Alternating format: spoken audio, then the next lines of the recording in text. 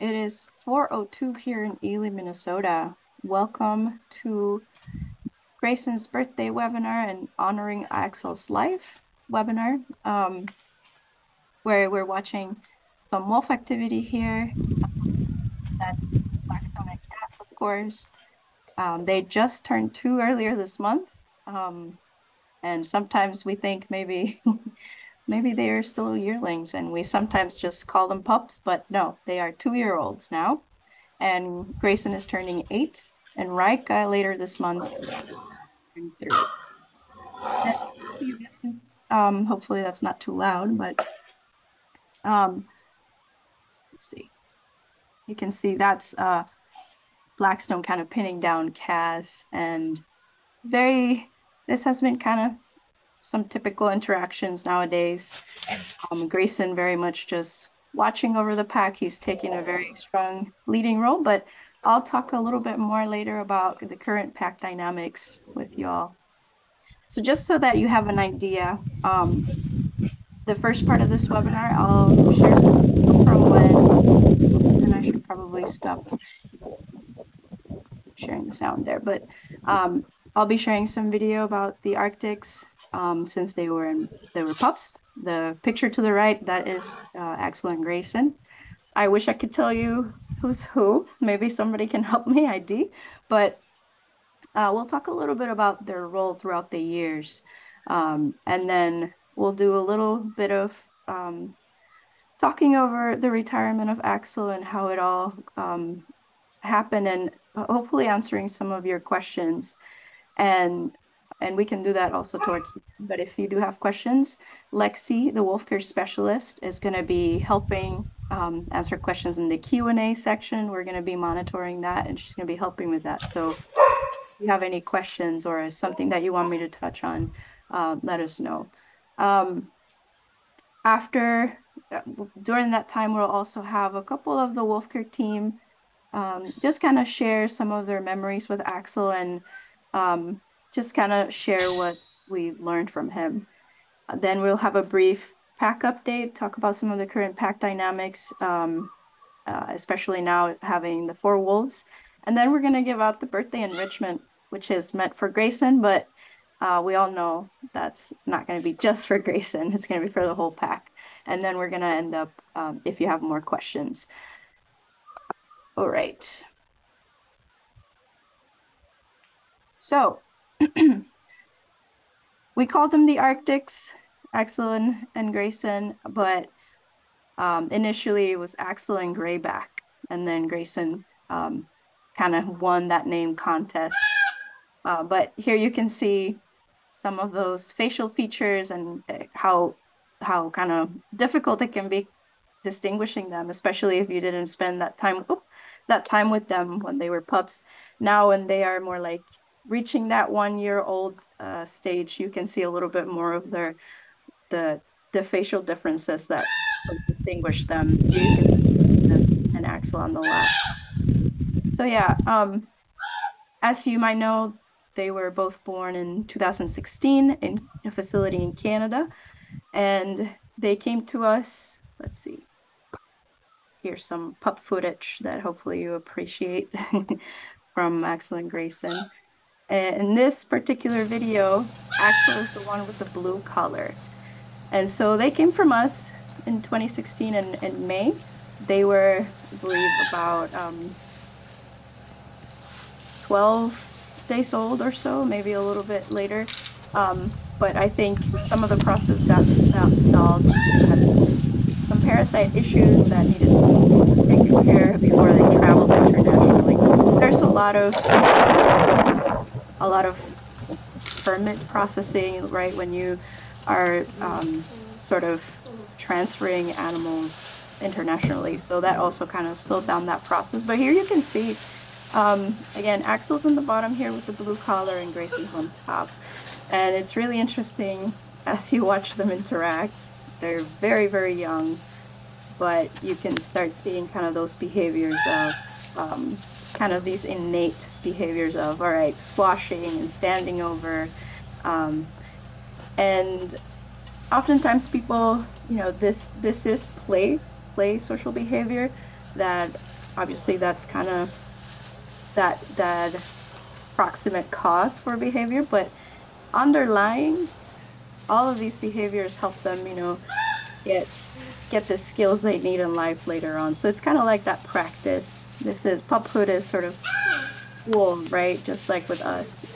And you can see here some of those what we would kind of note as a little bit of dominance behaviors.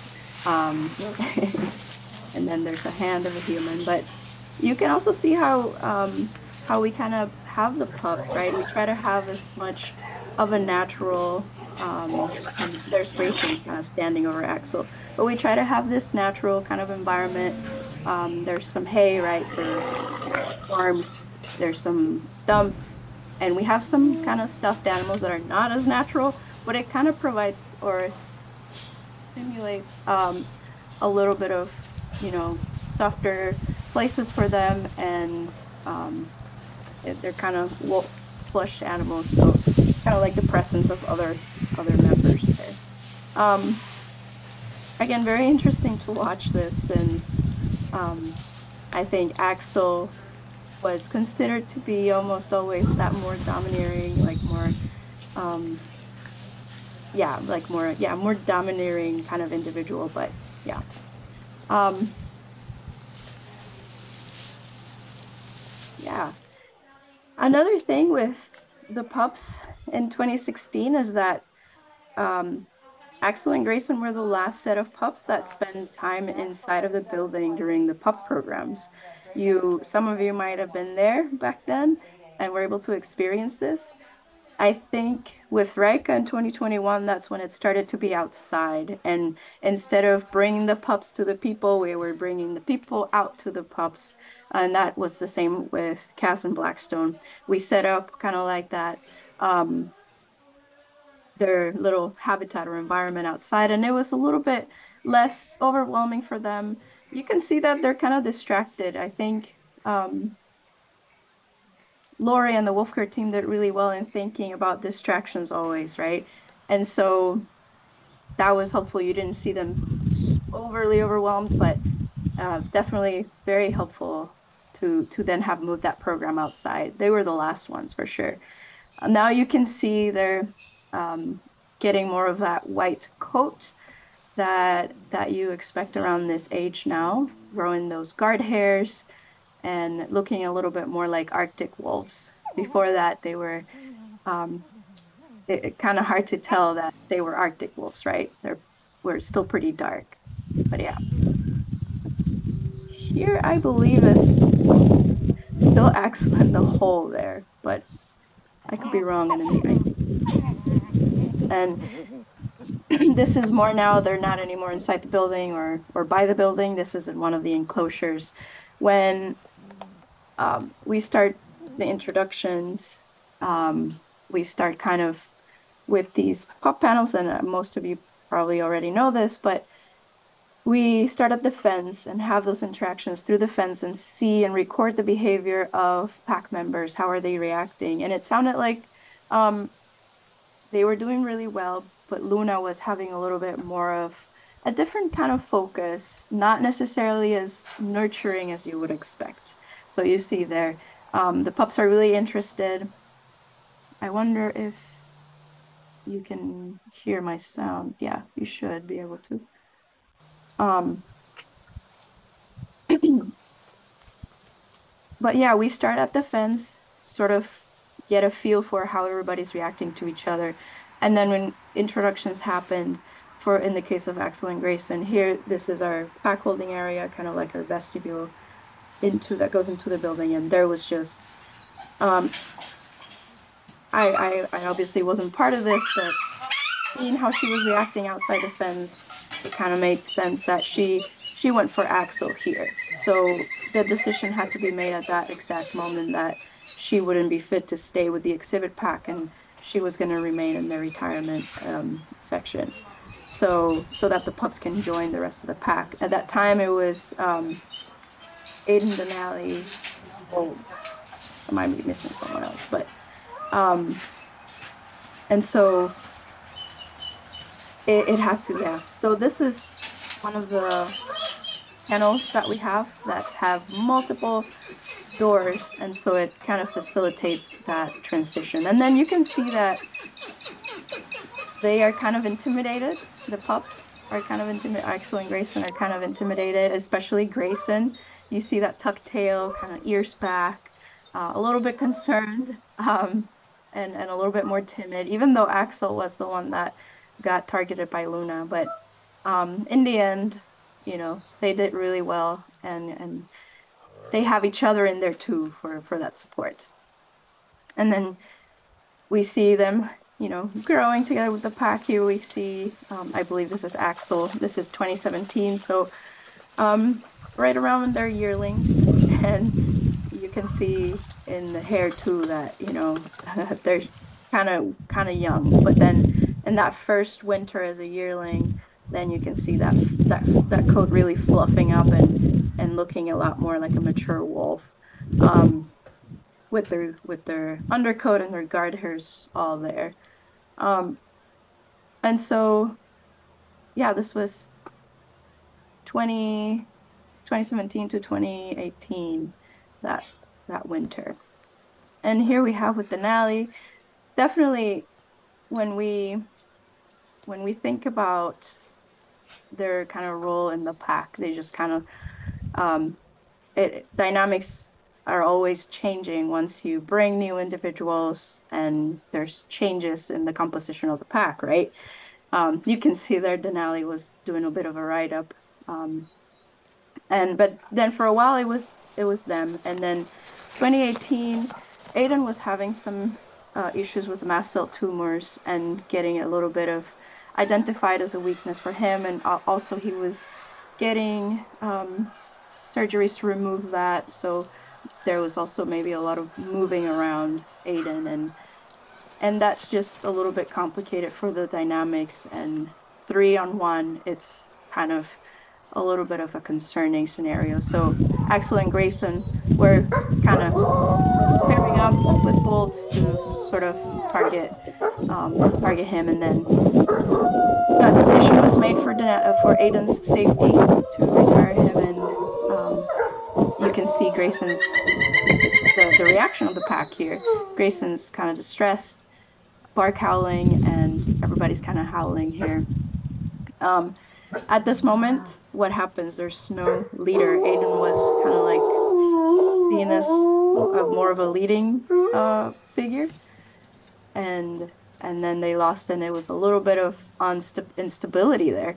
But he kind of did really well going into retirement, and it was a pretty calm transition there. And he was with Grisser there in that video. Again, I'll talk a little bit more about retirement decisions, but they're never easy, and it has to take into account their safety. It has to take into account their the mental component as well. 2019, here we see some interactions with Denali. I believe this is Axel. And Axel, what I heard is that he was the one to kind of be a very leading role in taking Aiden out. So I think when it came to Denali, he was also very much in that leading role when it came to the time to getting Denali out. This was 2020, and you can see then they're both kind of pairing up on Denali, and at that point too, and this is obviously not the whole. These are just little clips, but eventually he went into retirement, and again, he did really well in there, and we all know the story of him joining Grayson in retirement. And then for a while it was Axel and Grayson, and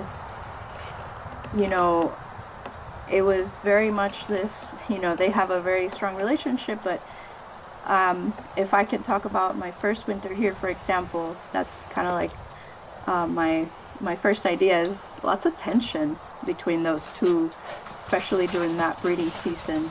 Lots of posturing, lots of most of the time Grayson was more like you can see he's doing a standing urination, and Axel will be the one kind of being more of winning these kind of posturing events.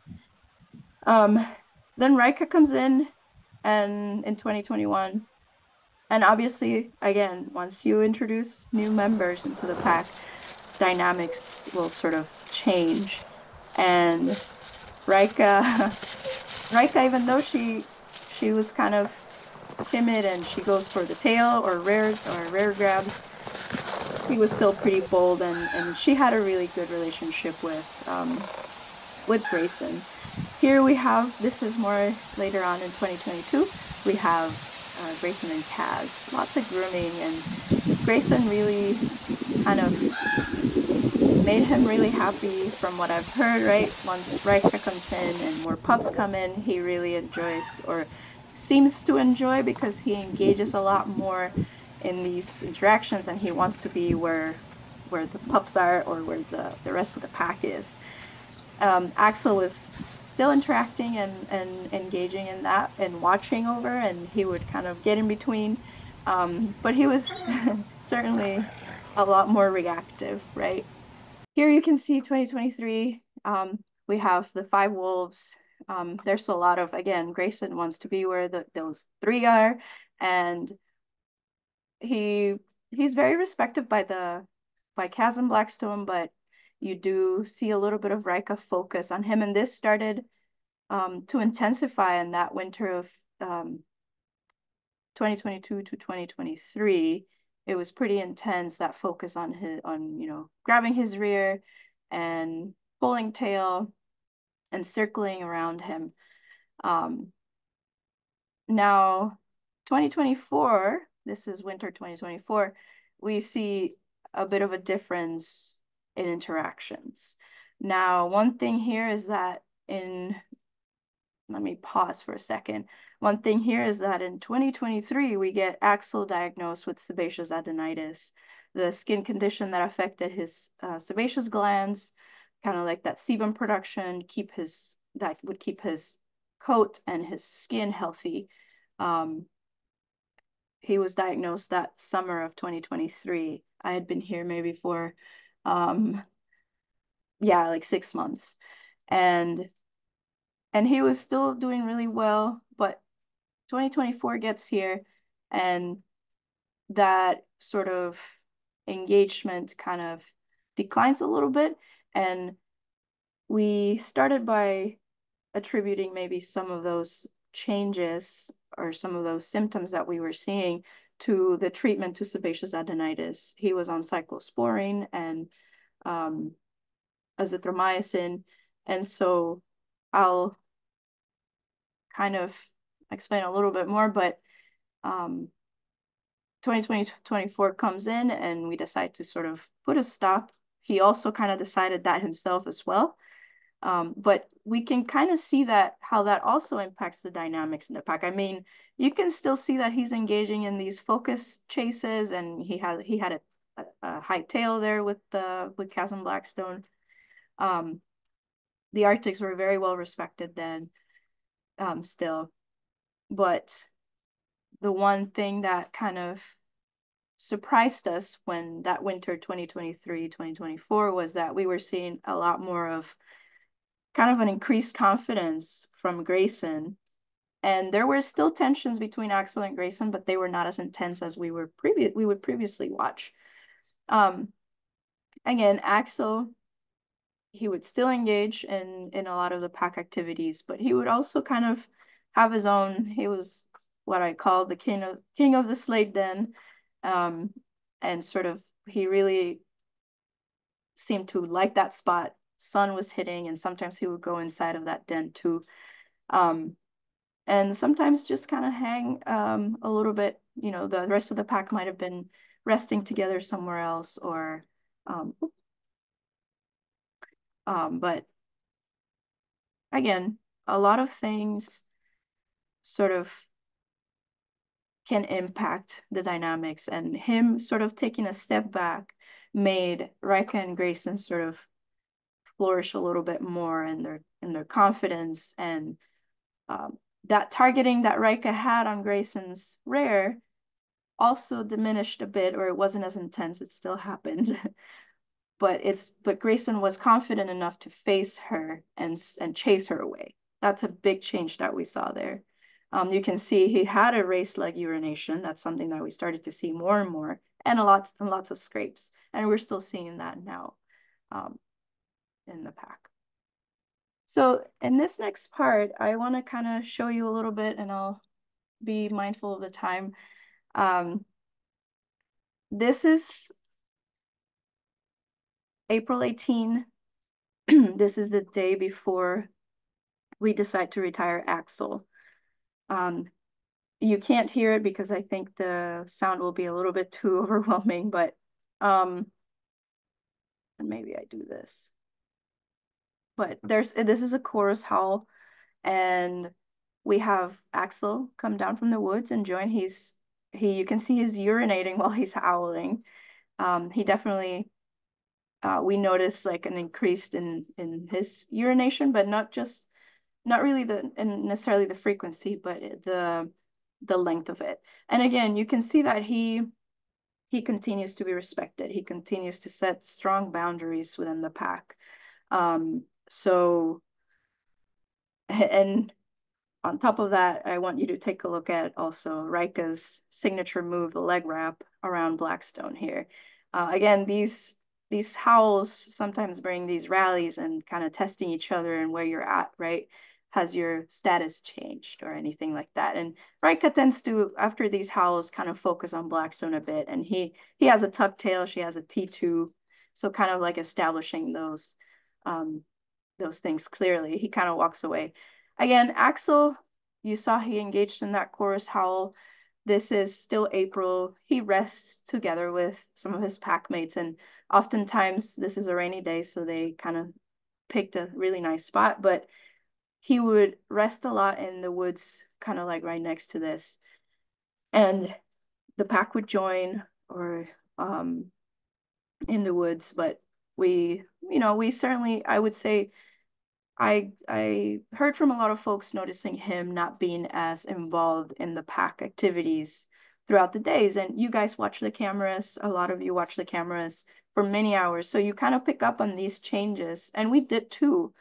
The complexity of Axel's issues is timing with managing, a single pack member is kind of challenging, and you can't just put them in your car and take them to the clinic and run all of these diagnostics. Like it has to be very well planned. And there's a lot of things that we cannot control, but those things that we could control, we try to do.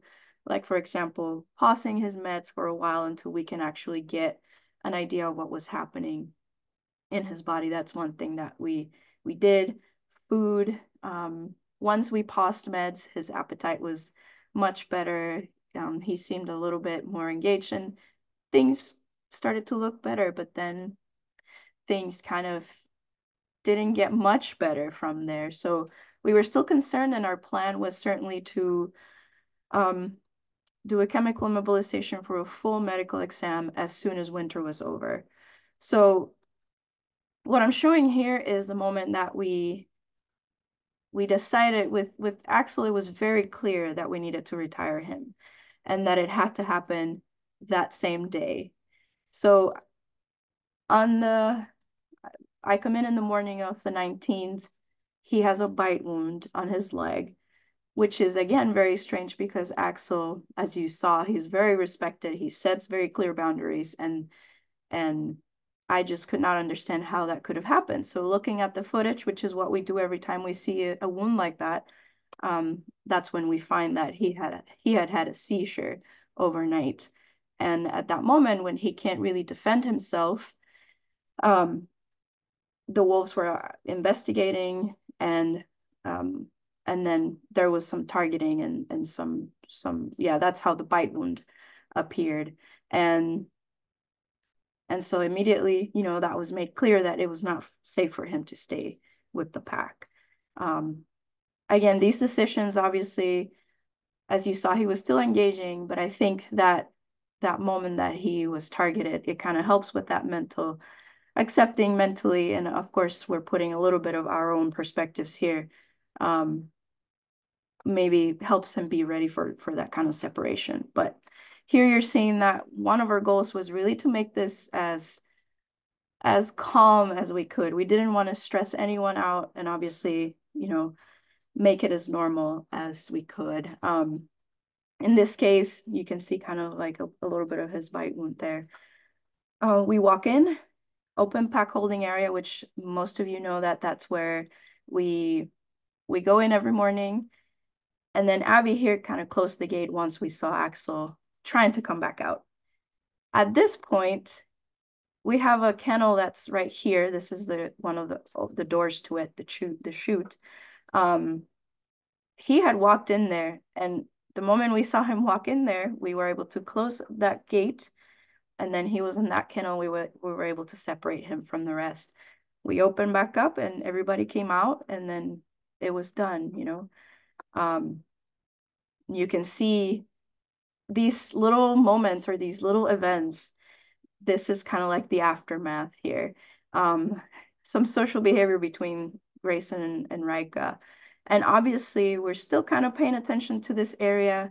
So that also makes them, they can still see Axel at this moment. So they're still kind of focusing on that gate. If I forward that a little bit. This is Axel inside of pack holding area. Abby's kind of opening up that transition gate that leads to the east side retirement where he was. And again, you can see he still has, he can still see outside towards the main exhibit. So our goal here was to, yes, we want to give them a moment, right? We don't want to like rush things too much, and we don't want to push anyone or push Axel into retirement like that. Just kind of let him walk in. And that's what he did. And that helped also calm everyone down because there wasn't they couldn't see each other anymore as clearly. So they can still hear each other, right? So again, we were all, the Wolfcare team, we were all like surprised on how calm he was. He wasn't pacing, he wasn't panting or, we didn't see all of these kind of like stress indicators with him. He was walking around and, I think there was a lot more acceptance than what happened here. But a very big thing, this is the next day, the next morning. A very big thing that we do once we have a retired wolf, or, he's by himself, right? And these are social animals. So is to bring his people over. Here you see his reaction is just beautiful because he sees Lori. This is Lori the next morning, and you see he just becomes this puppy-like individual because he has this very strong, relationship with Lori. Lori has known him ever since he was a puppy or pup, and that's one of our. This is Maddie. Also, it was not just Lori. We had a lot of the Wolfcare team members come see him this next day and visit him. We were watching him 24/7 at this point, making sure that if he had another seizure, we could be there and sort of act accordingly. We had um, some medication, some anti-seizure medication ready, and we kind of had someone in shift. This is the night, this is from Saturday to Sunday. Even though that first night he was very, very calm and he slept really well through the night, the next night, we had Arwen kind of stay overnight, one of our Wolfcare team members, excuse me, stay overnight and watch, and he indicated that there was a little bit more of indicators that maybe he wasn't feeling as comfortable as before. He's howling back and forth with the pack. There was certainly, there could have been some other external stimuli that was making the pack howl, but it could also be just trying to locate Axel. And Axel was responding really well. But yeah, at this moment after this night, I didn't want to push a blood draw or um, stress him out by sort of doing that too quickly, kind of give him some time to settle and then kind of assess the situation to see if we could get a blood draw the next day. So this is Sunday morning. At this point, we're like, all right, let's try it. So there's 3 Wolfguard team members in here. And again, my goal was to make this calm and on his terms, not something that we're going to be pushing him or stressing him out. So what we were doing here was, all right, having some time with him. This was 2 people that he's known since he's a pup, and then the vet that also comes here every week and has a relationship with him. And that was so important because at one point he laid down in a corner in east side. And that was a moment when the vet was able to come over without him overreacting or anything like that, inject him with a sedative. And then once he was like calm, she was able to draw some blood. And that was while he was sedated, we then took advantage of that to clean the wound, trim his nails, and do some kind of like some grooming. If you remember, taking cyclosporine made him kind of grow his nails a lot, and we had been clipping them off little by little. But at this point, we took advantage to clip them all and trim his pads that were very much overgrown too. And so after we received that the results from the blood, then it was kind of confirmed he was extremely anemic and he was also um, in kidney failure. And so that's kind of what was probably causing the seizures.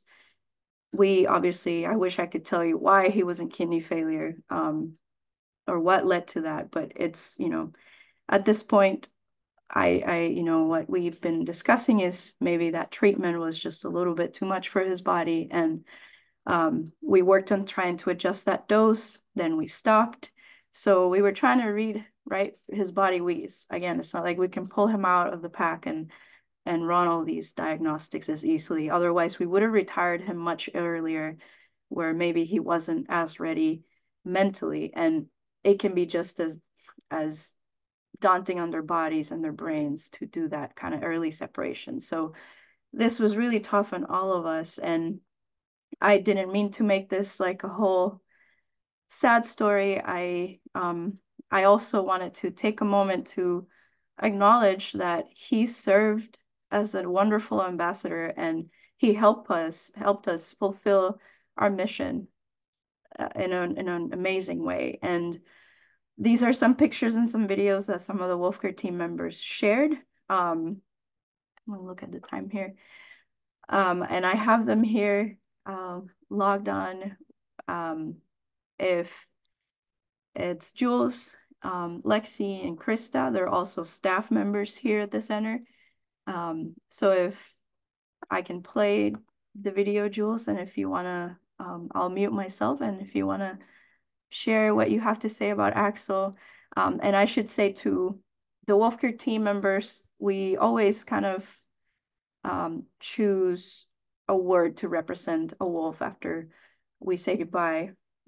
So all gone but not forgotten wolves, there's a word that we've used to describe them. So things like resilience or innumerable words. I'm trying to remember now, but I'm blanking. And with Axel, presence was a big one among the team members' discussion. Um, he had a strong presence, but he was also a bold individual. And we thought that that combination maybe would be a good way to describe him. And I'm sorry, Jules, you can go ahead and share your story. She shared this video. I'm going to mute myself and let you talk for a bit. Thanks. Yeah, he was always a wolf that was there. You can see he's up in the windows all the time, and this was just a video, my favorite video I've taken of him. Got a lot of them. But he just was having a good time with this hide, and I just thought that everyone should see him just having a good time because he was a very fun pack member to watch. He was always up in the windows, just kind of watching people come in and giving them a good time here at the center. So he'll be greatly missed. And I really appreciate all of your guys' thoughts and wishes for him and for Grayson. So yeah. Thanks, Jules. Can you remind me when this video, it looks like maybe 2020, Yeah, end of 2023? this was actually in 2022, I think, because it was when I was an intern. So it was either the beginning of 2023 or the end of 2022. So I believe it was the end of 2022, like December-ish, I think. But Thank you. Um, I'm gonna let Krista, if you want to join. You shared some of these pictures too, so, or all these pictures. Thanks, Giselle. I did, and I think the words that were selected for Axel are really fitting. I visited here with my family in 2016 and was lucky enough to be able to see Axel and Grayson as pups in the auditorium before we transitioned to having the people join the pups outside and see them from outside. And I had no clue that I was going to end up working here later that same year. And so when I started, Axel and Grayson were still quite young and under a year old, and got to watch that whole first winter for them, and started on our wolf care team not too long after that. And the things that I remember about Axel, it's not one defining moment like it is for so many of our wolves. It's just this conglomeration of all of these amazing things that made him who he was and helped us learn what we learned from them.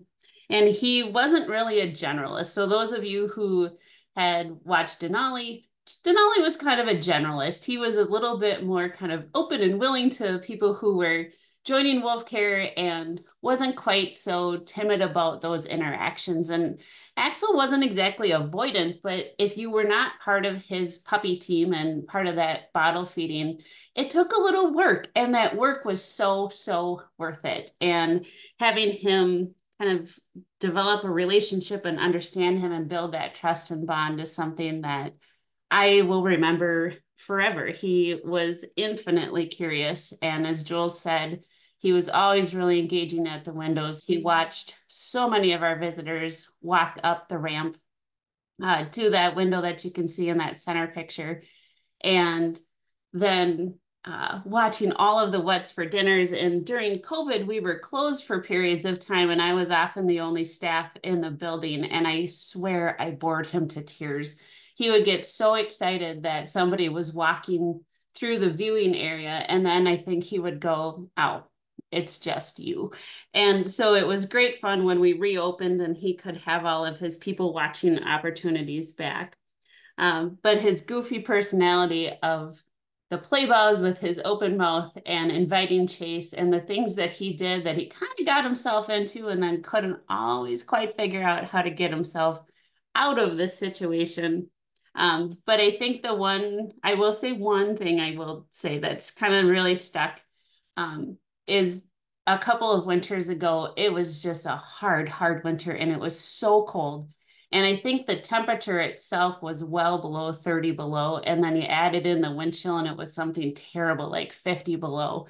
And he and Grayson were standing on the pump house, and it was super windy. And we've kind of had a joke that they were like smelling their native Arctic homeland on the winds that day. So between that and our wolf care team and that incredible trust that Axel had all the way until that last moment is just an incredible thing. So, and I know that our community is grieving right along with us, and we thank you so much for that.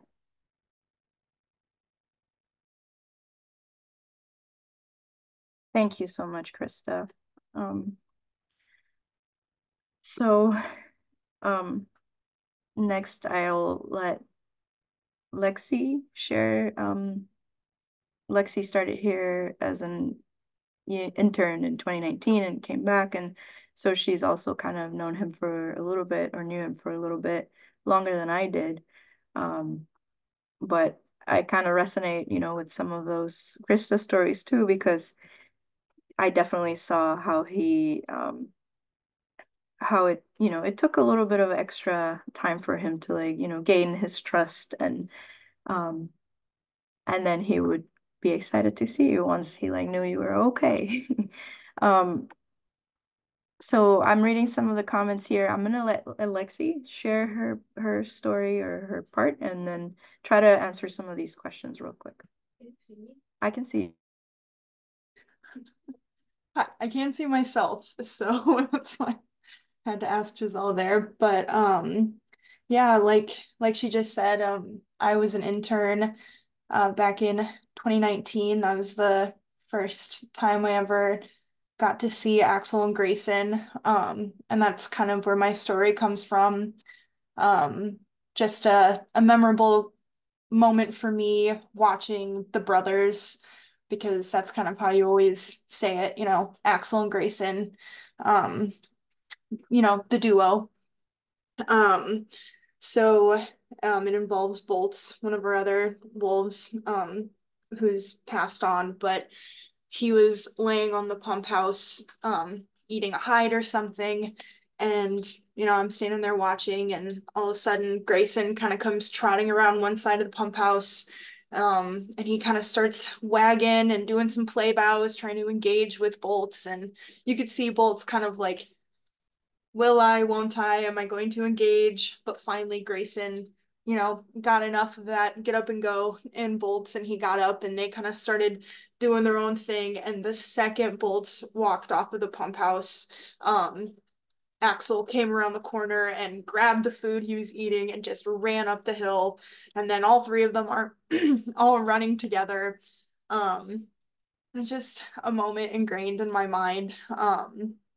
You know, it's kind of like Krista was saying. I mean, I think these words that we chose for him really just exemplify, who he is. Just a bold presence. And I think that, he's just had that look about him that was bold. His personality was really bold. And then as he kind of started to get older, especially as I came back as the wolf care specialist, he just very much was a presence. Giselle was kind of mentioning how people said, well, does it seem like he's maybe separating from the pack? But he would just always be there watching, still a presence for his pack, still a presence for us. And his presence will never be gone. He has made a difference in people's lives all over the world. And it's been really hard to be without him. But I think the great comfort that the wolf care staff has been having is that we're watching the pack and we're seeing that they're doing well, and that's all we could ask for. So we just appreciate everyone and all their kind words, and we'll always have those memories of Axel and those images in our mind. And yeah, he's going to be an ambassador of the wild no matter what. And I just think that's really meaningful. Thank you so much, Lexi. So again, we've had at least some time to kind of, this is another picture that we thought kind of represents him. And he was a lot of times at this greeting rock, just kind of, being present and watchful. And yeah, credits to Awen for this picture too. I will very quickly, some of these questions are related to some of this next stuff, but I also want to say, there's some questions here about if Axel was being targeted so as to being weeded out of the pack or take him out because they knew he was sick. It was actually during the seizure. So there were some predatory behaviors involved in there. I'm not going to go into detail, but it was more of a reaction. It wasn't by all of them. There was from Cass and Blackstone, it was mostly very submissive, investigating, sniffing. There wasn't any kind of attacks toward him, even when he was having the seizure. And then Grayson was standing by. He was just watching kind of things happening.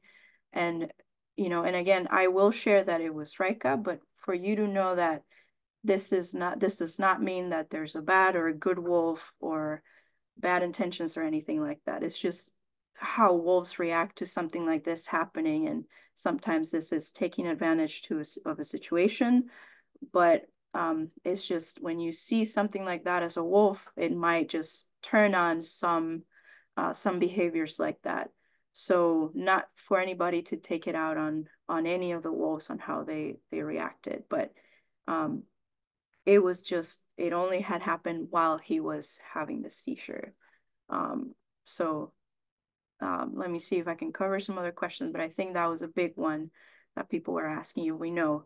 So I was able, luckily, all of it was captured in video, and I was able to see exactly what happened. Um, and it was the most, yeah, I will not wish on anyone to have seen that. But so yeah, I think that answers some of your questions. And again, yes, very scary, very, it definitely was very hurtful to watch and to have to be part. But you know what?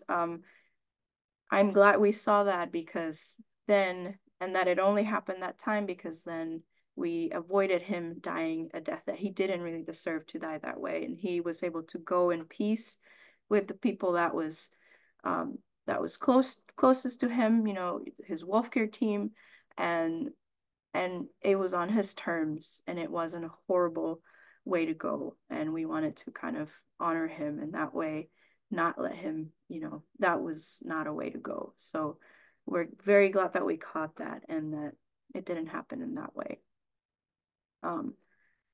I think I'm going to just keep moving for the sake of time and just give you a quick update on Grayson. Um, so we conducted a medical exam. You know, and if you watch the cameras, you might have noticed that he had been straining while defecating for a bit.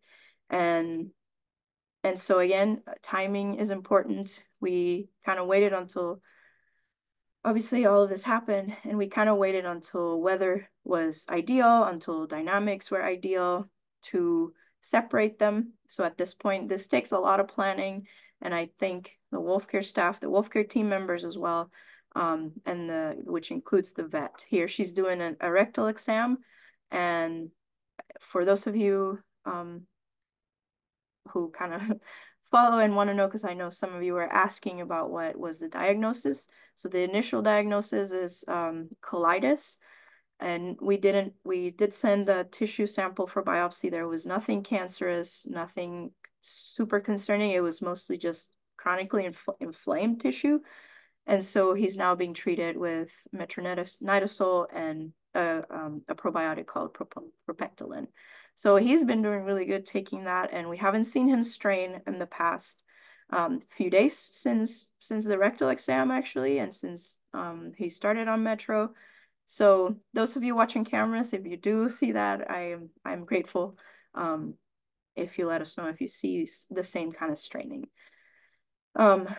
I will, for the sake of time, we should probably give out the birthday enrichment. And I think that Krista now is in the process of putting out that birthday cake, or what we call the birthday cake, so that you can see that we have the birthday cake out here for Grayson.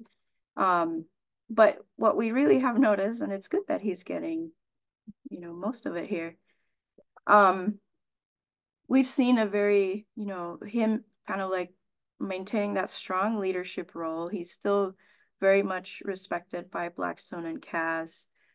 Even though I think Cass is a very confident male with very high race leg urination.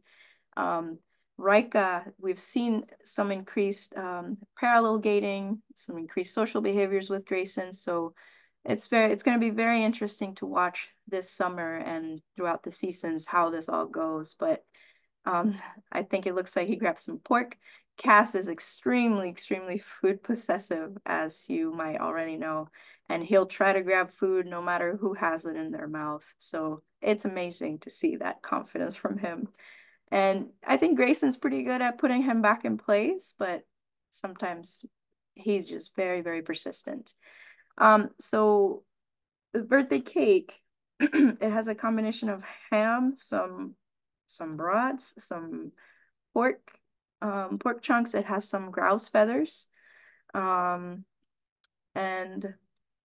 yeah, just a combination of the things he likes, Grayson likes, and obviously we know that what tends to happen is that um, Cass will get most of it. But yeah, I maybe we'll take care of answering some questions while we watch a little bit of the birthday enrichment here. Um, yeah, I don't know if Lexi, you wanna if you wanna read some of the questions or answer some of the questions. So a question we got a few times was if the pack was able to see Axel's body, you know, after everything happened. Yeah, that's a really good question. And part of what we do after a loss of a pack member to kind of offer that sort of closure, if we call it how maybe we would, we kind of used that we have a transition area right here that leads to the east side retirement. So they were able to see Axel's body through the fence and sniff. And what we saw was some whining. There was some very submissive kind of behaviors from Cass and Blackstone and kind of sniffing, investigating. And same for Rika and Grayson, you know, very investigative and very much focused on that area, trying to, and some whining. So yes, we kind of do that as part of, all right, he's now gone. And yeah, very important part that I think we have kind of established here. Yeah, something else people are definitely curious about, which I think you kind of touched on a bit in the video section, but people are definitely wondering how the pack is doing, with Axel's loss and kind of the shift and all those changes. Definitely. I think that's been a very common question. It seems like the cake went to the ground now. Yes, that's I think a lot of people have been asking if, you know, they seem to be missing him. Um, we can't read a wolf's mind, right? So we don't know how they're feeling exactly. What we can do is kind of try to interpret behaviors. And one thing that maybe you might have noticed is there could be some increased howling, sort of kind of like calling out to him, um, but I think they are doing very well in coping, kind of like with that change. Um, as I was saying, it only has strengthened Grayson's confidence. I know Axel was always there, and it, you know, towards the end, we even saw that when Axel started um, kind of stopped doing a lot of the postures and a lot of kind of like that competition with Axel. We started seeing a lot more of that confidence come out on Grayson, and that's what we have continued to see now that Axel's not in the exhibit pack. And then Rika is just, like I said, there seems to be kind of like she still kind of focuses on Grayson in certain moments and circles him and tries to grab his rear, but again, his confidence has kind of helped with managing that. And we've seen a lot more of social slash bonding behaviors between those two. And Cass and Blackstone are still very respectful, like I said, of Grayson. And I think, however, is different. Rika, I don't think has set as such strong boundaries with Cass, for example. So sometimes you'll see those two. She'll be very vulnerable with him, be on her back, um, and just kind of let him do whatever. So it's very interesting to watch that, have her interactions with Cass versus Grayson. So yeah, I don't know how that will develop. Again, I think we'll be seeing what happens this summer, this coming summer. Yeah. I think maybe we have time for one more question. Someone asked about what they're eating and their weights, which I thought was an interesting question, you know, kind of keeping up with these guys a little more. Yeah, so with weights, the last time we weighed Grayson was during his medical exam, and I think he was at 80 pounds, close to 80. It's very much, it kind of fluctuates by season, it fluctuates every day. Rika has been also kind of around the 80, 70, like high 70s, and then Blackstone, 114 or so, 113, and then Cass has stayed kind of around the 100 pounds. They're eating, you know, um, their normal dinner on Saturdays with deer. Again, we feed the whole carcass. We only take out the intestines, um, or the yeah.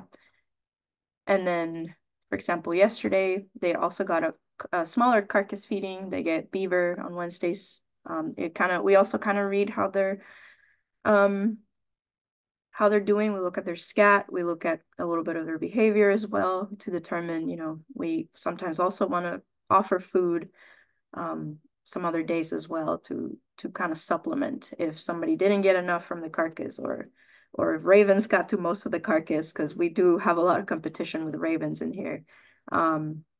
So yeah, sometimes we offer like chicken, the same chicken that you would buy at the grocery store, or some other red meats. Yeah. Are there any other important questions that maybe we can fit in this last little bit? Otherwise, um, yeah, we can wrap it up. But do you think, you see any other questions that you think? Okay. Well, thank you so much for joining. I know this was certainly a very difficult webinar for me to just think and put together. And I think, again, we're still sort of processing all that happened, and we're still grieving, and every day gets a little bit easier. But I appreciate all of your concerns, all of those of you who watch the wolves and the cameras, and who've sent all the messages. We really appreciate it, and we've appreciated how respectful you've been as we grieve. But also, um, we didn't want to take away from celebrating Grayson as well. He's 8 now, and he's doing great, and we're gonna take care of him as he goes through this colitis situation. We're really gonna try to just um, keep him as comfortable as we can, and make good decisions for him. So yeah. Well, it looks like the cake sort of disappeared. It might have been dragged out somewhere. But thank you so much for watching. And yeah, I hope I answered and covered all questions. But if you have more questions, feel free to always um, contact us. Okay? All right. Thank you so much.